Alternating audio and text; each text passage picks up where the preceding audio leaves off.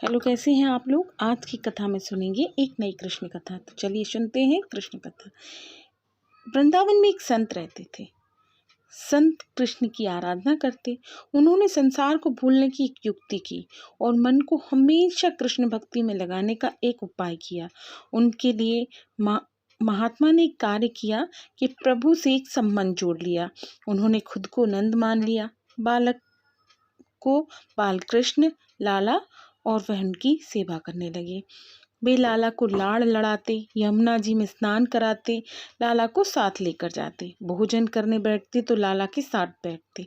ऐसी भावना करते कि कन्हैया मेरी गोदी में बैठा है, कन्हैया मेरी दाढ़ी खींच रहा है।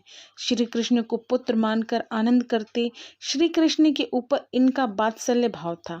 महात्मा श्री कृष्ण की मानसिक सेवा करते थे। संपूर्ण दिवस मन को श्री कृष्ण लीला में तन्मय रखते, जिससे मन को संसार का चिंतन करने का अवसर ही ना मिले। निष्क्रिय ब्रह्म का सतत ध्यान करना कठिन है, परंतु लीला विशिष्ट ब्रह्मा का सतत ध्यान हो सकता है।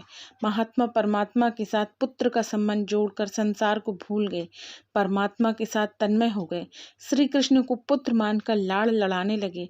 महात्मा ऐसी भावना करते कि कन्हैया मुझसे केला मांग रहा है, बाबा मुझे केला दो, ऐसा कह रहा है। महात्मा मन से ही कन्हैया को केला देते।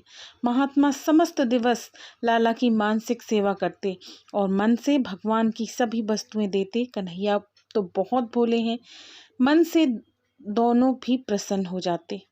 महात्मा कभी कभी शिष्यों से कहते कि इस शरीर से गंगा स्नान कभी नहीं किया, वह मुझे एक बार करना है। शिष्य कहते कि काशी पधारो।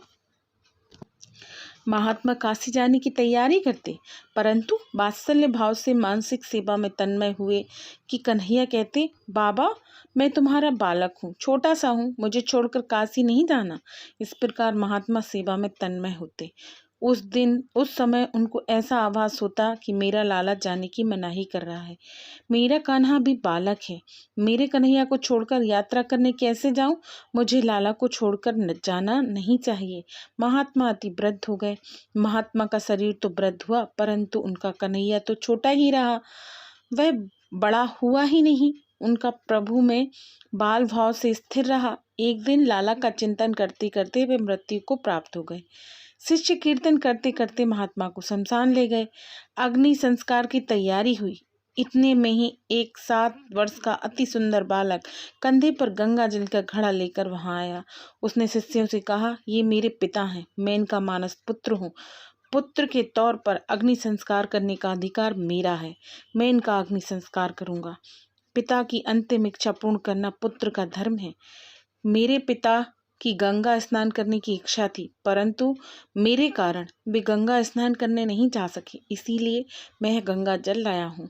पुत्र जिस प्रकार पिता की सेवा करते हैं, इस प्रकार बालक ने महात्मा के सबको गंगा स्नान कराया, संत के माथे पर तिलक किया, पुष्प की माला पहनाई और अंतिम बंदन करके अग्नि संस्कार किया। सब देखते ही रह गए।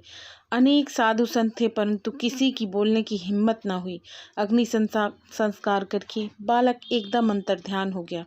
उसके बाद लोगों को ख्याल आया कि महात्मा के तो पुत्र था ही नहीं, बालकृष्ण लाला को ही महात्मा ने पुत्र के रूप में अपनाया था। महात्मा की भावना थी कि कृष्ण मेरे पुत्र हैं।